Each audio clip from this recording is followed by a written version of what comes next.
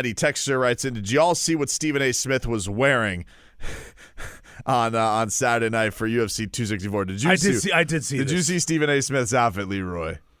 It was the first time I had seen Stephen A. Smith. Really, I can't remember the last time I've seen him without like the full getup, Robbie, like the suit and the tie. Normally, Stephen A. Smith is dressed up, but he had the Miami Vice white jacket.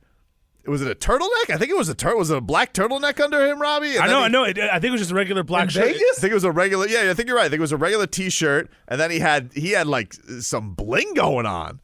Stephen A. Smith was looking sexy. I'll send this to you, Leroy. Stephen A. Smith was dressed to the nine. I mean, the only thing that I do have somewhat of a problem with, why all of a sudden does ESPN have to have every person that does a show at the fight to talk about the fight? You know what, dude? You're spot on about that. I don't understand it. They had like 12 desks. I saw guys that I see on First Take and Get Up. Yeah, I don't need them. I don't need them commenting on the fight. I don't understand it. Like, they went to right after the fight. They didn't go to Daniel Cormier and Joe Rogan and John Anik. They went to Max Kellerman and Teddy Atlas. And I love those guys. Right. Like, it's not that I don't appreciate their fight knowledge, but I like them as boxing guys. Right. And it diminishes what they're good at by having them almost go, like, for example, I don't want to watch The Jump or I don't want to watch NFL Today and see Kendrick Perkins. But that's what it's like. I get it. Stephen A. Smith is ESPN. He's the big. I can deal with. You want to throw Stephen A. Smith up there? That's fine. I don't mind. I don't mind throwing Stephen A. Smith up there. People get really mad at it. They don't like him giving his hot takes, but I think he does okay for having to give a hot take on McGregor. So throw him up there with Bisping. Himself in any sport, he's fine. Like, I wouldn't say his knowledge of mixed martial arts is great, but all right. You know what? It's even just to have somebody on an outsider's perspective, because you have the fringe fan who's there to watch Conor McGregor. But for them to go and throw to two famous boxing guys for mixed martial arts, it just screams to me you don't get it. And I don't mean to go all MMA nerd on everybody, but it was so noticeable afterwards. Like, why do they have a desk right now with Max Kellerman, who was a former voice of HBO boxing, and Teddy Atlas, who was your famous boxing voice for years? Why are they talking about Conor McGregor versus Dustin Porier? Right. Who else did they? I remember. Was it one of the football guys? They also had on for. Well, Ryan Clark. They had Ryan Clark. Ryan Clark has a new show with Daniel Cormier because Ariel Helwani left, and so DC was doing a weekly show with Helwani, and so they've now changed that to DC and RC. So it's Daniel Cormier and Ryan Clark. It's like a Louisiana connection, so they're both going to do a show together. So I get that. Okay, you got to have him there to plug the show. Again, you're not going to Ryan Clark being like, okay, Ryan, your thoughts, and you're here with no MMA people. Like, look, if you have Stephen A. Smith there, you have him there with Michael Bisping. I forget who else he was on the desk with. I know he was there with, I think it was Levy, Michael Bisping, and then I noticed Stephen A. Smith there, but I think it was maybe Dominic Cruz. Maybe Dominic was the other Cruz, guys. it was. Okay, so you have three UFC people there who are all great at their job, and then you have Stephen A. Smith, who's the biggest sports taker of them all. Fine, I get it. If you're ESPN, this is your biggest match of the year. You got to have your guys there. Fine. Even if you're going to have Kellerman there, but have Kellerman there with Dean Thomas. Have Kellerman there with Daniel Cormier. Have him there with some. Why is he there only with Teddy Atlas? I have a rule, and I think the ESPN should institute this rule immediately.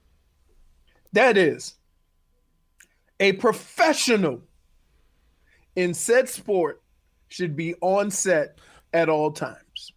So it doesn't matter who else you have, but you better have a professional in said sport at all times.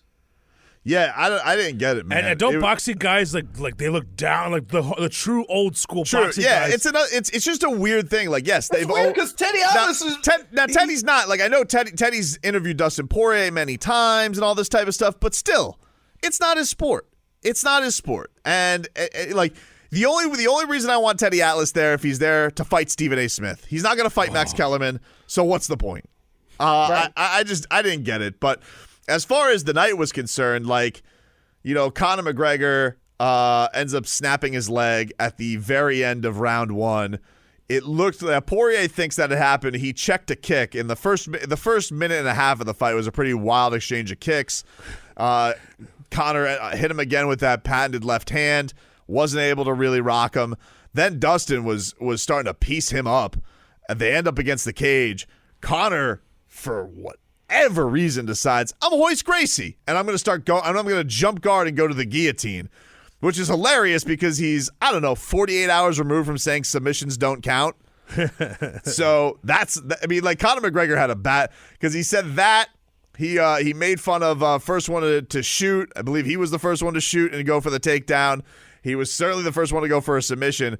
And then he also said that Poirier was going to leave the fight on a stretcher, which he ended up leaving the fight on a stretcher, Conor McGregor.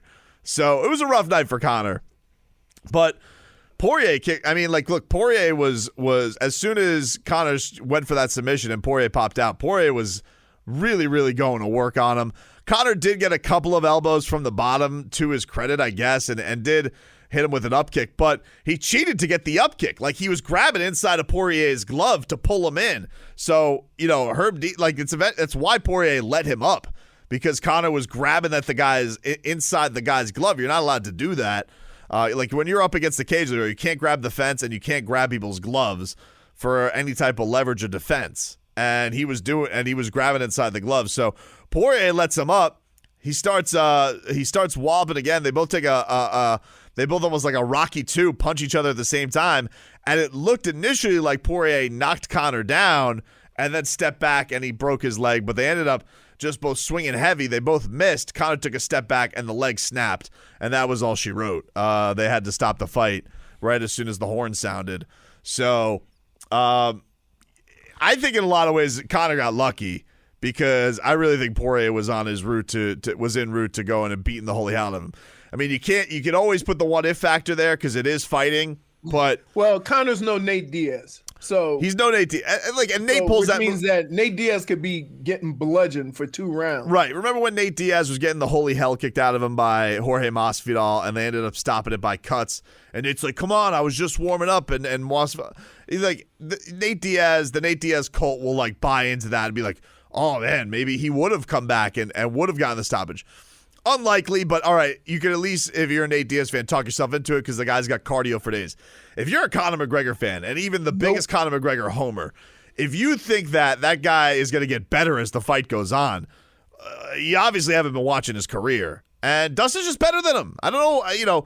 That's the thing that for Conor in a lot of ways, yeah, it's an awful injury that happens, but he's probably lucky in some ways that it happened, because otherwise, if Dustin's just beating the holy hell out of him for 5 rounds, then there's no questions. Now he at least gets to hold on to it. And it was just such a bad, unbecoming weekend of a guy because, he's always been a guy who has talked trash, and that's what people love about him. And he said some pretty heinous and done some pretty heinous things.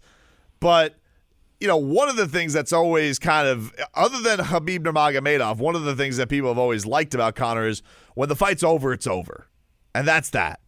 And, to sit there with your leg snapped in 2 places and you're shouting at Dustin Porier, your wife is in my DMs. She's, I won't say what it is because I don't want to freak Robbie out, but use a very derogatory term towards the guy's wife. And he says, you're both going to get it, you and your missus, in your sleep, and then puts a gun at his head. It's just like, really, dude? This is what you've become? You've had been to the highest of high of the sport. You've one of the flown UFC guys who have really made it, and this is what you're doing. You're writhing in ground. Your leg is snapped in 2 places, and you're telling a guy you're going to murder him and his wife in their sleep. This is what you've become, and so it's just a bummer that it's gotten to that point with Conor McGregor because, I think that I think something washed over him this weekend, Leroy, where it's not just that he's washed, but I think that he's having a hard time he's having a hard time accepting that he's gotten to the point in his career where I'm not that dude anymore. Like he's not that guy. Not that guy, pal. You're not that guy, pal. You're not that guy. You're not that guy anymore. You're not a contender. You're not a top fighter in the world. You're the most famous fighter you're the most famous combat athlete on the planet right now, but that doesn't make you the best. Is he one of the people that he would have been better off to keep going while the iron was hot, and he started having all these breaks, and it just kind of like he was at his. I mean, like if you're saying like if in 2016, if he would have kept going from the Eddie Alvarez fight where he was champ status, probably. But he's never been as good as he's only won one fight at lightweight in that division, which has been considered the best in the world for the UFC. I think he's the best featherweight to ever fight. I know people will say Jose Aldo because he had more title defenses, and people will say Max Holloway because Max Holloway beat Jose Aldo twice. But Conor beat both of those guys, and I think he's the best guy to do it ever at 145. But as the fighters have gotten bigger, he's gotten less special, and it's tough to say if he would have kept fighting with the Eddie Alvarez stuff. Would he have kept steamrolling folks? Would he have beaten Khabib if he never would have stopped? Would he have beaten Tony Ferguson? Maybe. I don't know. Probably would have had a better chance, but he didn't. He went and fought Floyd Mayweather, and he took a once in a lifetime opportunity, and good for him. He did that. And then, even with the Khabib stuff, like there's no shame in losing to Nurmagomedov. The guy's never lost. But now we're getting to the point where it's like, okay, and there's no shame in losing to Dustin Porier either, but you're just it doesn't even look, even with the Khabib fight, like it went 4 rounds. He won a round in between where nobody was winning rounds against Nurmagomedov, and then you could kind of talk yourself into, okay, well, if he wasn't away, would he have been more competitive? If he has more time to train, would it have been better? But now, like, he doesn't even look in the same stratosphere as Dustin Porier. He doesn't even look close to a guy who lost to Khabib Nurmagomedov. So that's what I'm talking about. Like he's so far off from the guy that we all fell in love with. And I say this like it's become so easy to dump on Conor. I get it. Like it's the thing now, and it sucks that with fighting you always kind of remember the end, and it always usually fighting always ends poorly for these guys. So I hate doing that because his rise was very special, but it just bums you out as a guy who did like Conor McGregor and did enjoy watching that rise. It's a bummer to see him now not even be a guy being able to just say like, hey, the fight's over, and you're threatening to murder Poirier and his wife in their sleep. Like, what is that? Yeah, normally after a Conor fight, no matter how much trash talking goes on before that, after the fight ends, it's bro hug city. There was no bro hugs going down after this fight. Yeah, it's just, and that's the thing. Like it's not even just that. He's always been kind of a bleep hole outside of the cage. Like somebody mentions, why does this shock you? He punched an old man, and I get that. But as Robbie said, like typically outside of the Nurmagomedov saga, when he's lost or it hasn't gone his way, it's been fine. Even when he lost the last time to Dustin, they were hugging it up afterwards with him on a crutch. When he lost to Nate Diaz, it was fine. It wasn't I'm going to murder anybody.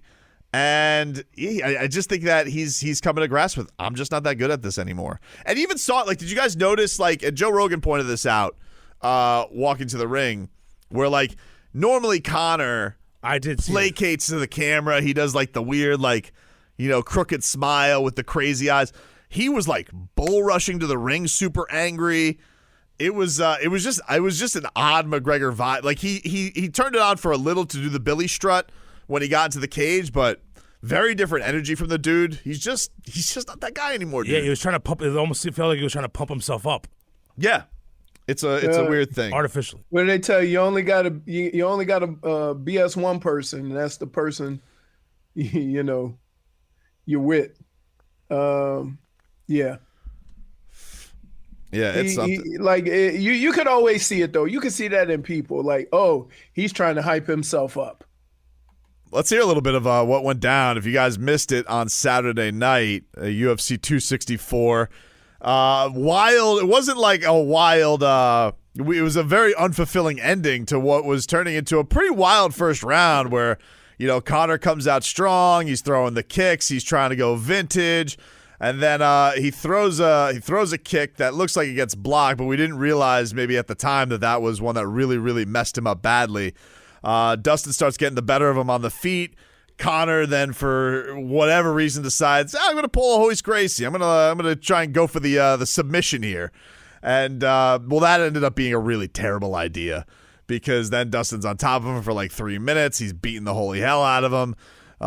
Conor's then grabbing his glove. He's getting him with an up kick. And then they both stand up with like 10 seconds left. Dustin lets him up. And they both throw a punch. They both miss. And then Conor's leg snapped in half. So that's how things ended.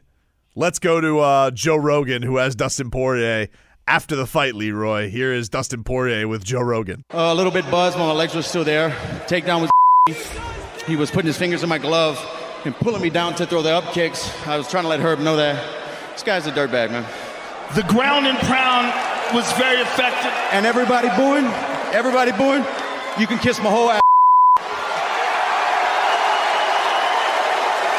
Dustin, is this in any way anticlimactic for you, or are you happy about this victory?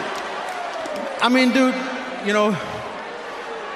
karma's not a she's a mirror. And, this guy's said the wrong and I've been busting and then sometimes these things happen. And, I beat the guy. Well, you're a good man. Congratulations, sir. He is a good man. Enjoy your victory. Everybody, go to thegoodfightgroup.com. We're raising money. Me, Justin, Ren, Manny Pacquiao. We're raising money to build housing in Uganda for the Pygmy people. And also, there's a very special young man battling cancer from Louisiana in the audience named Peyton Murphy. It's an honor to have you in the building, man. You're a real inspiration. You're a real fighter. I can stop anytime. You're a real fighter. I love you, brother. Dustin Porier, ladies and gentlemen. Imagine booing that guy.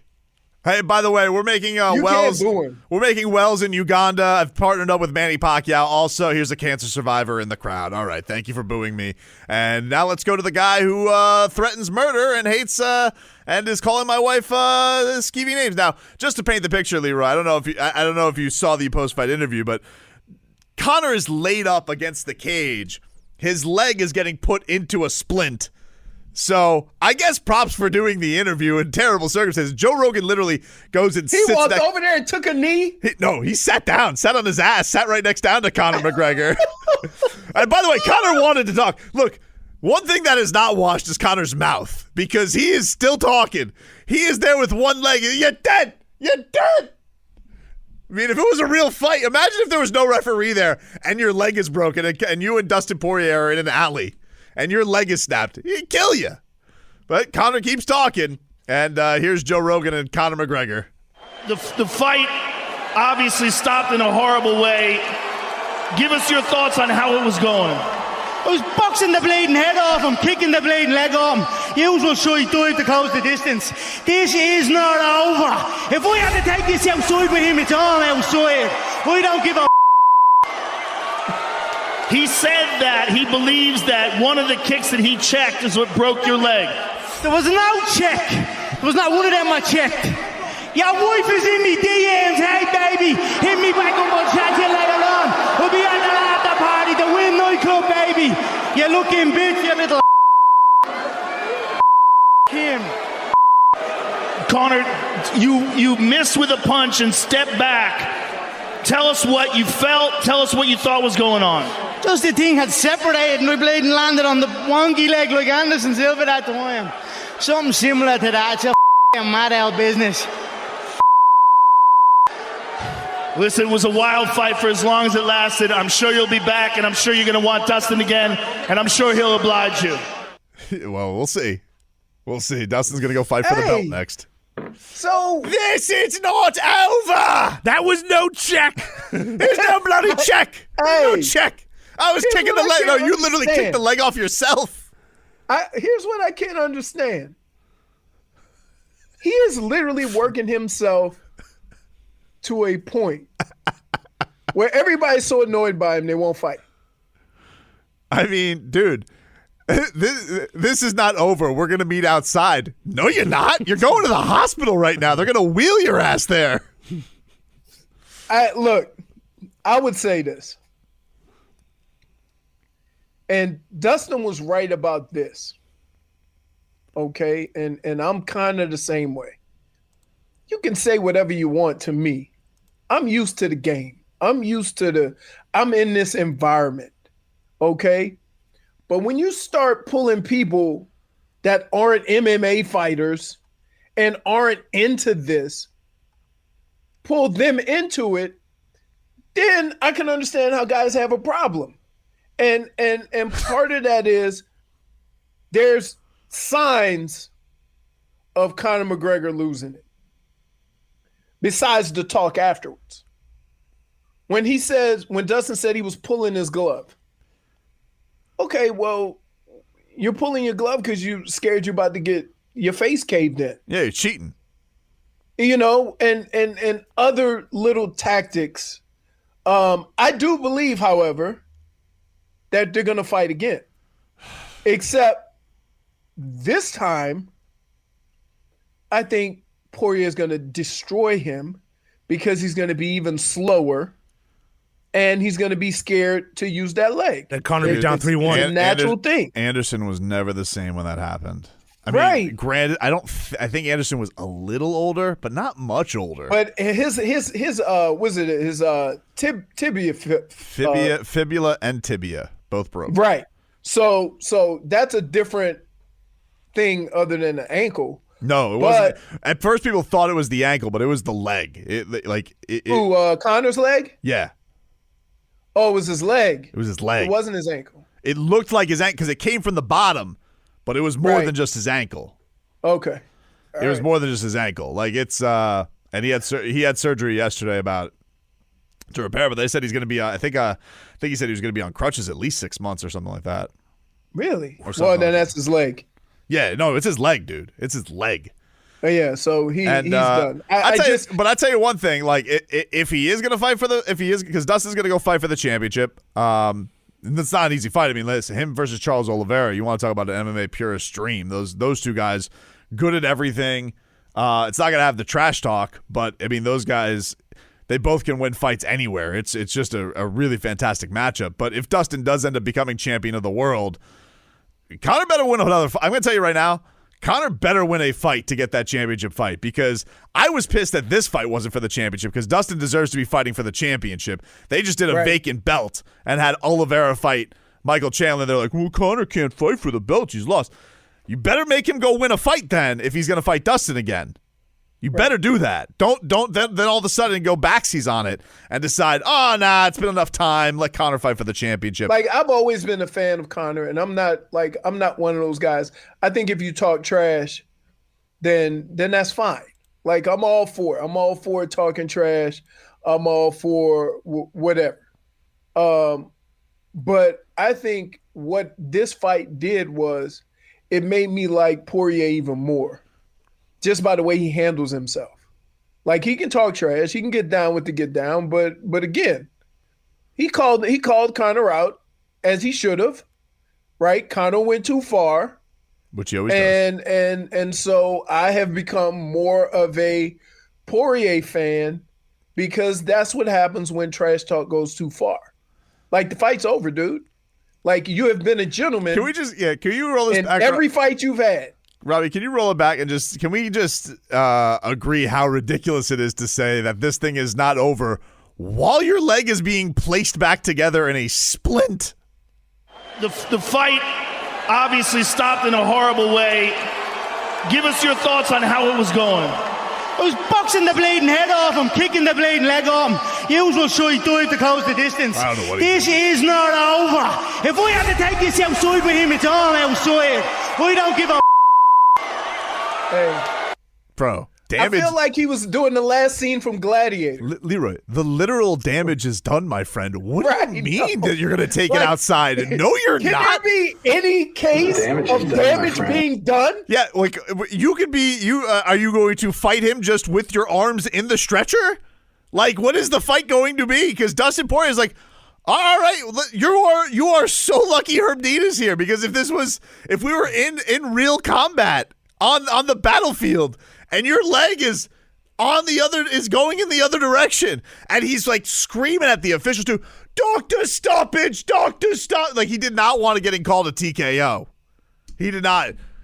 Bleeding doctor stoppage. So the crazy thing about it is that Sergey Bob, he puts in, I'm gonna eat his children. With Tyson, when Tyson did that, right? Like everybody was terrified, right? Like if there's kids around, he's gonna eat them. Like he was terrified. He talked trash, but you believed him. But right? But Tyson's a good parallel in that, and that was at a point though still where Tyson's career wasn't what it was. Like he was losing at that point, because that was to Lennox Lewis, wasn't it? The Eat Your Children, wasn't that when they were trying to set up the Lennox Lewis fight? Or was it Holyfield? I thought it was after Holyfield that fight was happening. Either way, it wasn't like youngest heavyweight champion of all time Mike Tyson when Eat the Children was a thing. And he started going when he was biting Lennox. Remember what he had the rant at the reporter while they were at the Tyson Lewis press conference. Did he bite Lennox Lewis on the thigh or something? Yeah, he bit him on the leg. On the leg? Yeah. So Tyson was crazy, and people love seeing the sideshow, and they still do. Listen, his fight against Roy Jones was a box office hit, but he wasn't. You weren't getting those Tyson results. He won the same guy, and Conor's very much. Yeah, Conor's very much going down the Tyson path. You know, the mouth. The trash talk doesn't mean anything if you go in and get your face caved in. Nope. So that's kind of where, I am. It's unfortunate because we all like Conor, right? We like him less. His fight game antics. I love the antics, but I'm disappointed. Would you admit that that's a little bit too far? Of course, he was doing. Okay. Listen, and he was doing some of this with the Khabib stuff, and that was wrong to do. It was wrong to do it then, and it's wrong to do it that. It's wrong to do it now. And I really do think that part of this is him having a tough time accepting. I'm just not as good anymore. I'm not. Right. I'm not as good anymore. And a guy that I knocked out 8 years ago in the first round has now beaten me twice. Even if my leg snapped, it probably good thing, because it would have been another 4 rounds of that. Well,